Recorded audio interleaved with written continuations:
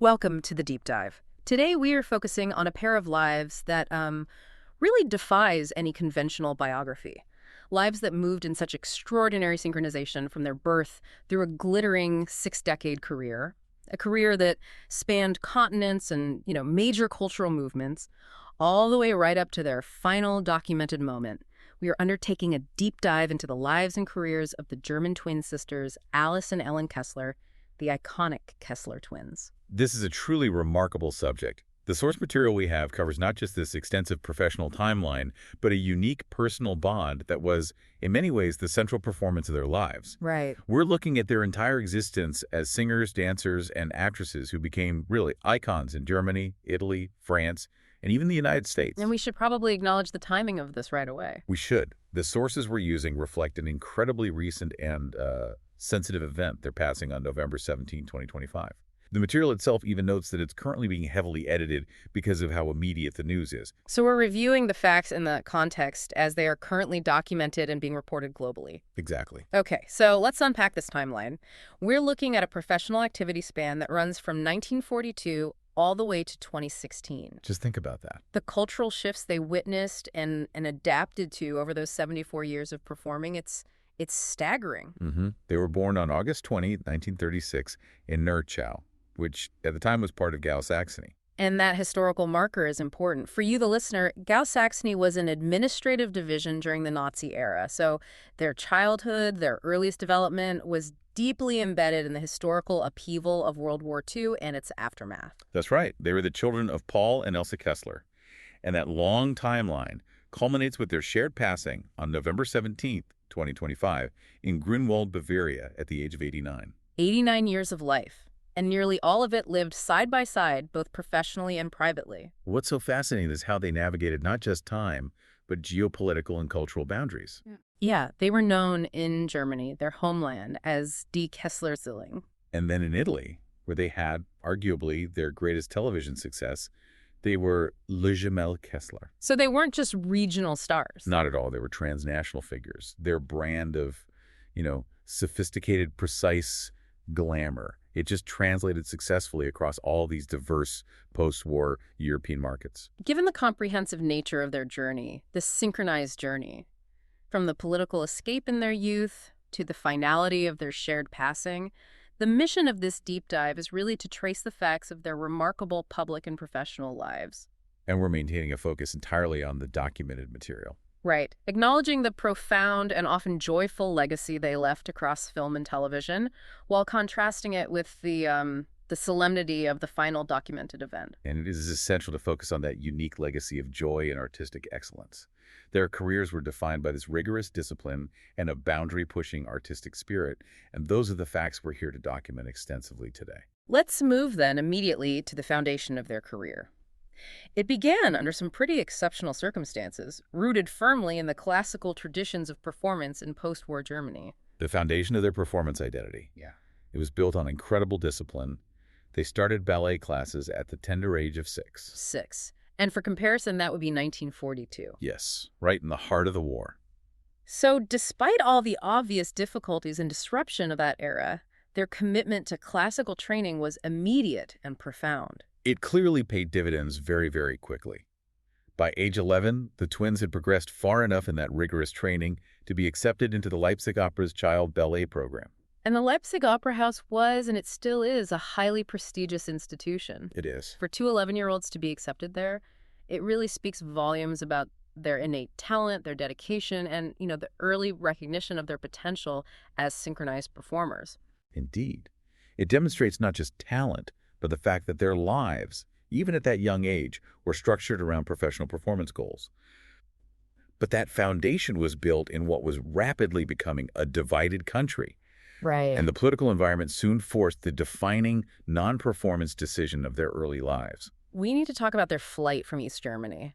This decision basically cleared the path for the international career they would have, a career that would have been impossible if they had stayed behind the Iron Curtain. It's a crucial pivot point. This is 1952. And the twins were only 16 years old. Just 16. Uh-huh. They, along with their parents Paul and Elsa, used a visitor's visa to escape East Germany, which was the newly established Soviet-backed German Democratic Republic, or GDR. Fleeing the GDR in the early 1950s was, it was fraught with peril and immense consequence. It wasn't just a physical move, it was a political statement and a complete professional gamble. The sources suggest that for any ambitious artist in the early GDR, the cultural constraints were tightening very rapidly. The state dictated art. Exactly. For dancers trained in classical, Western-style ballet and variety arts, staying meant stifled creativity and confinement to a very limited cultural sphere. So their escape was an act of profound self-determination. It was. They recognized that their talent could only flourish in the West.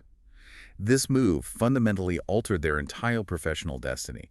It opened them up to the expansive, opportunity-rich entertainment spheres of Western Europe and eventually the U.S. It's just astonishing that immediately after such a high-stakes escape, the professional focus returned instantly. Where did they land and how quickly did they start performing again? They landed in West Germany, Yeah. specifically in Dusseldorf. And the speed of their return to the stage is almost unbelievable. It really highlights their intrinsic identity as performers. So what happened? They immediately began performing at the Palladium Theater, Immediately. this rapid professional insertion into the Western scene. It just demonstrates the urgency of their need to establish themselves and their reliance on their performance skills as a survival mechanism in a new environment. Their craft was their passport. That's a powerful narrative. Using art to escape political constraint and establish a new life. And from Dusseldorf, they quickly jumped onto the world stage, which really set the scene for their global ascent. The next major chapter is defined by glamour and sophistication. Paris. For performers in the mid-1950s, especially dancers and showgirls, there was no better launchpad for global recognition than the Parisian cabaret scene. And specifically, the legendary Lido. The Lido, yes. The sources document their tenure there from 1955 to 1960. That's 5 solid years at the absolute pinnacle of European variety entertainment. It was. And the Lido was synonymous with extravagant stage production, lavish costumes, and above all, precise, synchronized choreography.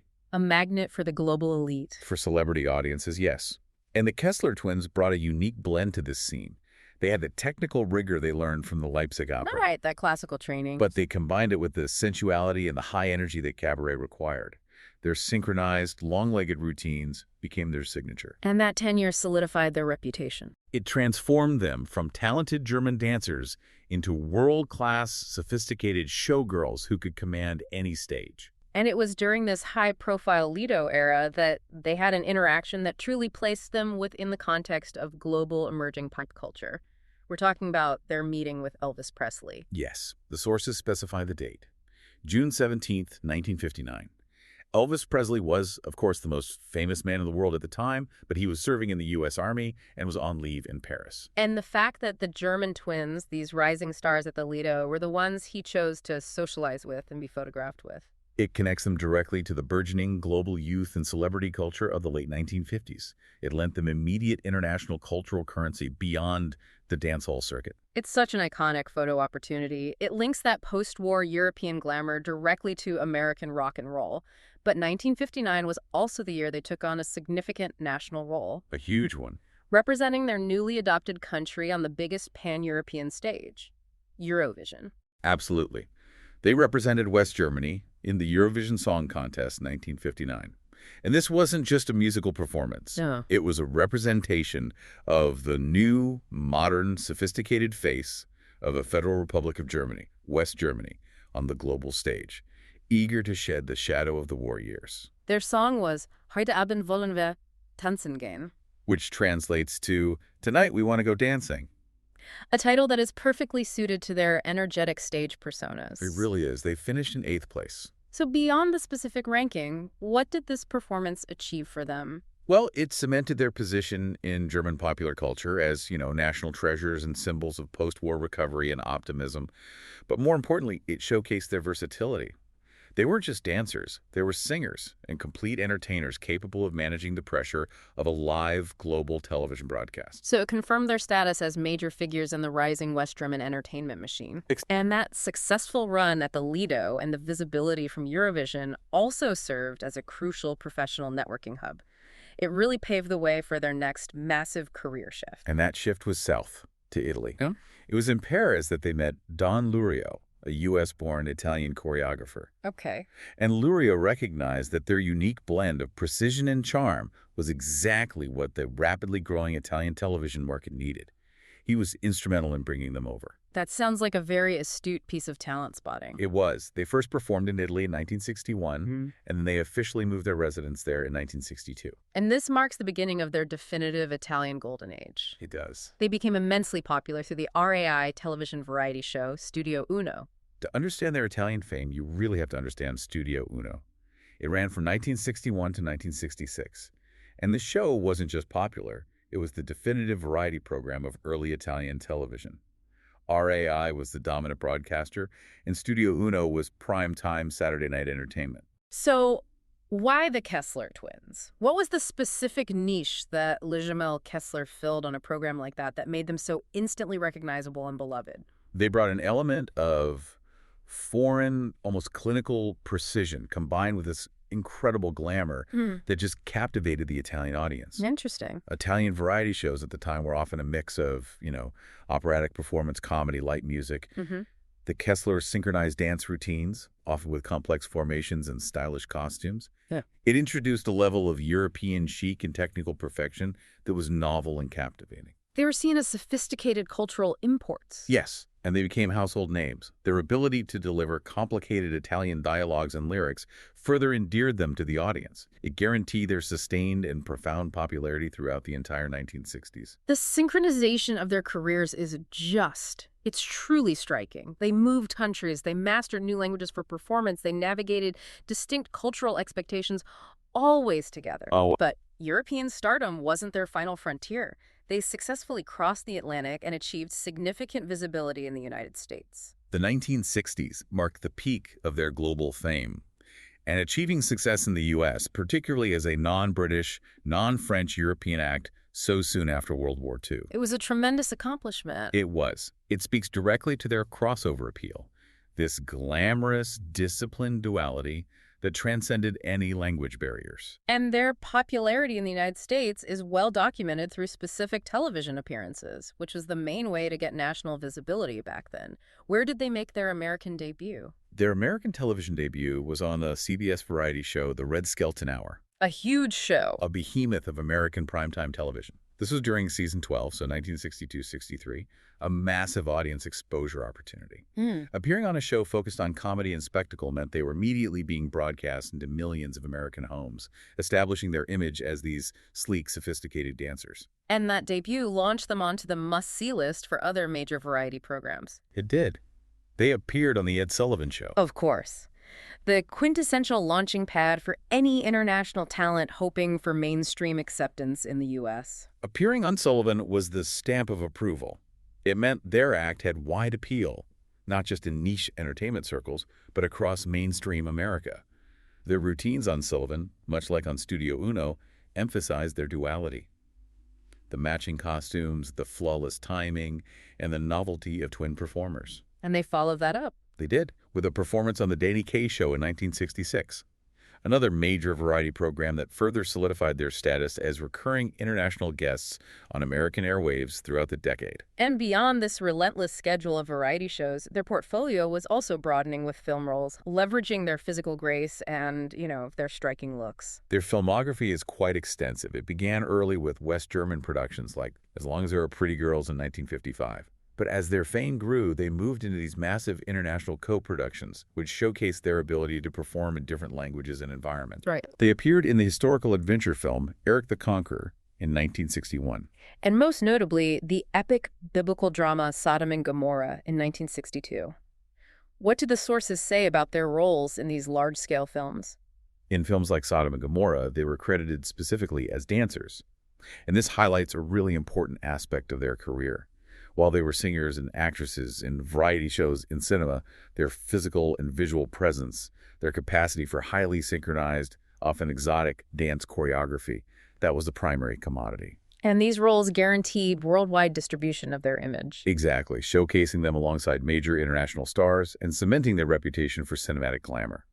We also see them in films like Dead Woman from Beverly Hills in 1964, further diversifying their media exposure. That exposure was absolutely massive. They weren't just entertainers, they became cultural figures. They did. And the ultimate evidence of this assimilation into the American consciousness comes from their feature on the cover of Life magazine around 1962 or 1963. That Life cover is the definitive proof of arrival in the American mainstream. Yeah. In the early 1960s, a feature on the cover of Life meant you were nationally recognized, a subject of cultural discussion, and relevant beyond the entertainment pages. It signifies their successful translation from European showgirls to American media darlings. It does. And that visibility allowed them to achieve another culturally significant milestone later in life, one that dramatically redefined their public image. The Playboy cover shoot. This was controversial, but it was also highly successful. This happened at a defining point in their career timeline. They agreed to pose on the cover of the Italian edition of Playboy at the age of 40. 40. This move was a calculated risk.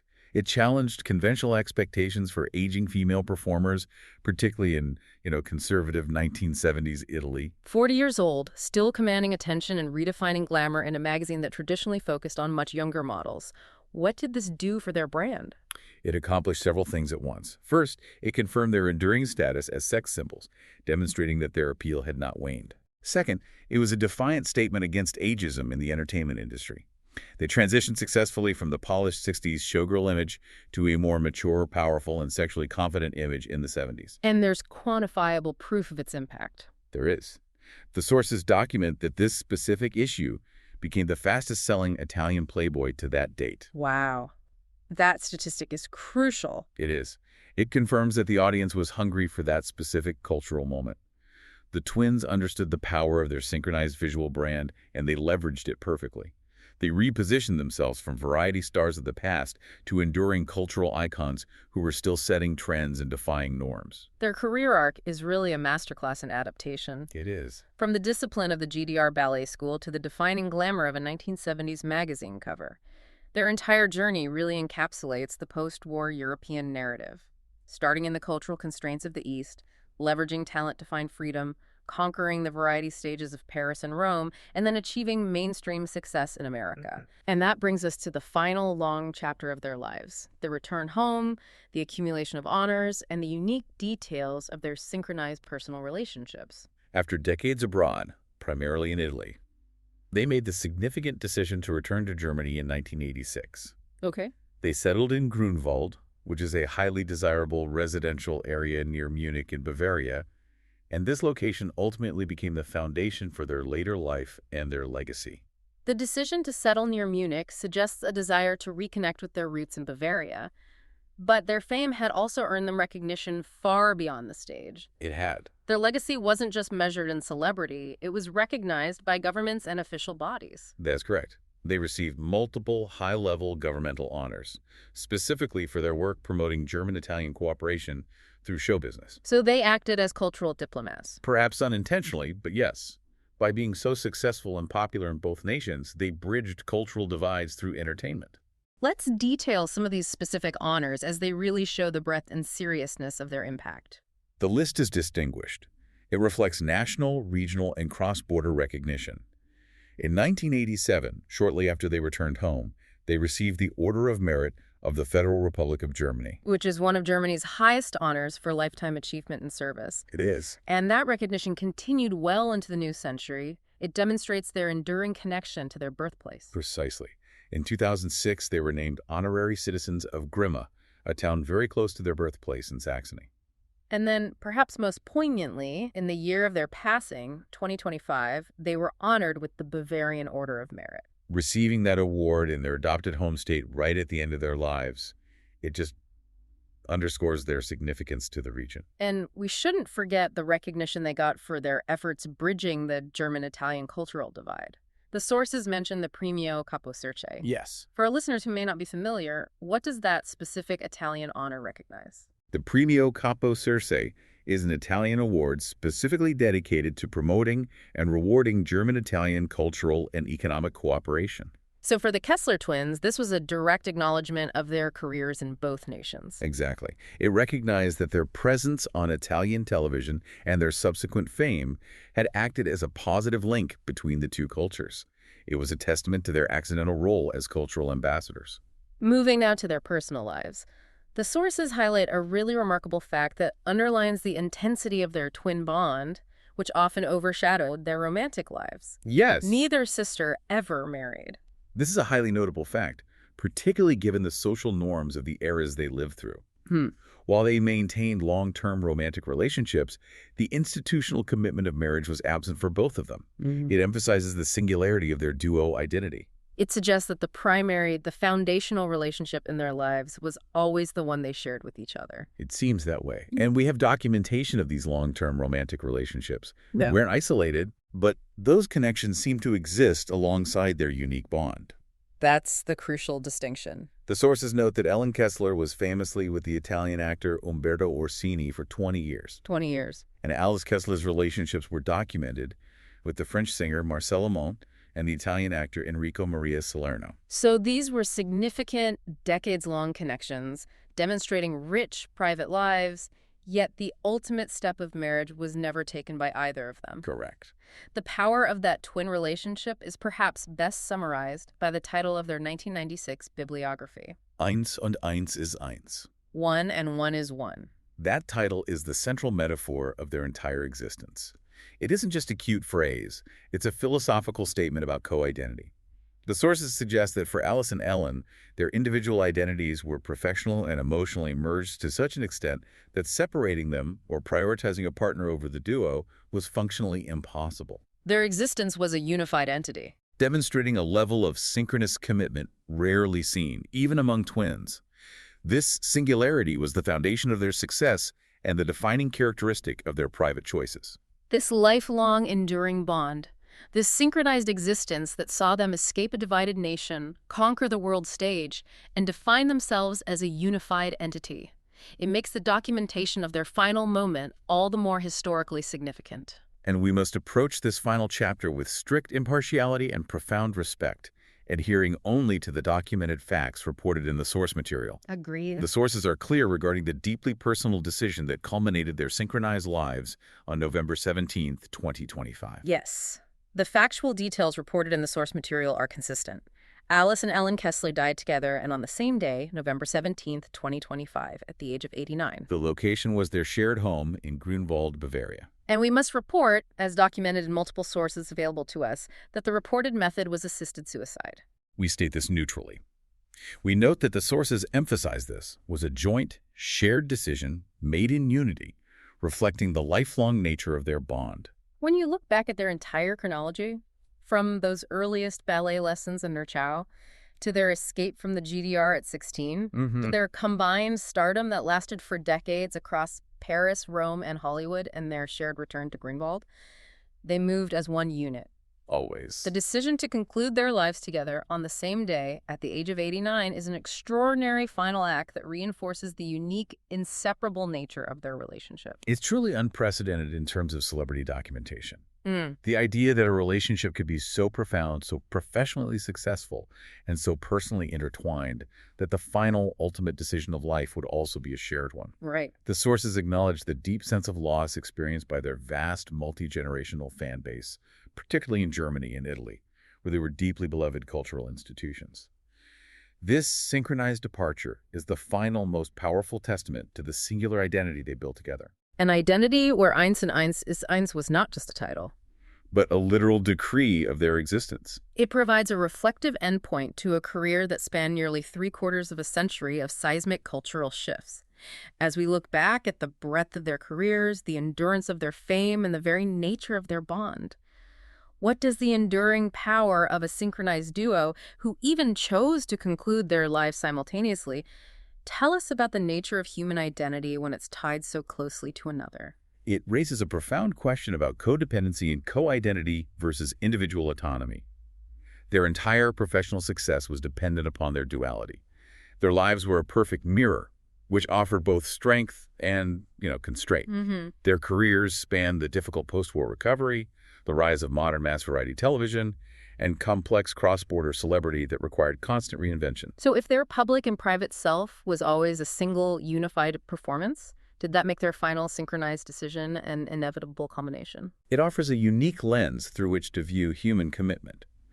Their story suggests that for Alice and Ellen Kessler, life was defined not individually, but as an inseparable dual unit bound by shared experience and destiny. And the choice to depart together reinforces that. It does. For them, the end of one life meant the end of the combined identity, validating the title of their biography. It gives us much to consider regarding the power and complexity of co-identity, particularly when that bond is the very foundation of fame. So for you, the listener, the legacy of Alice and Ellen Kessler prompts a deeper consideration. What is the true measure of a life lived when that life is defined entirely by the synchronization with another? And what do they gain and perhaps sacrifice by insisting that one and one is truly one across 8 decades?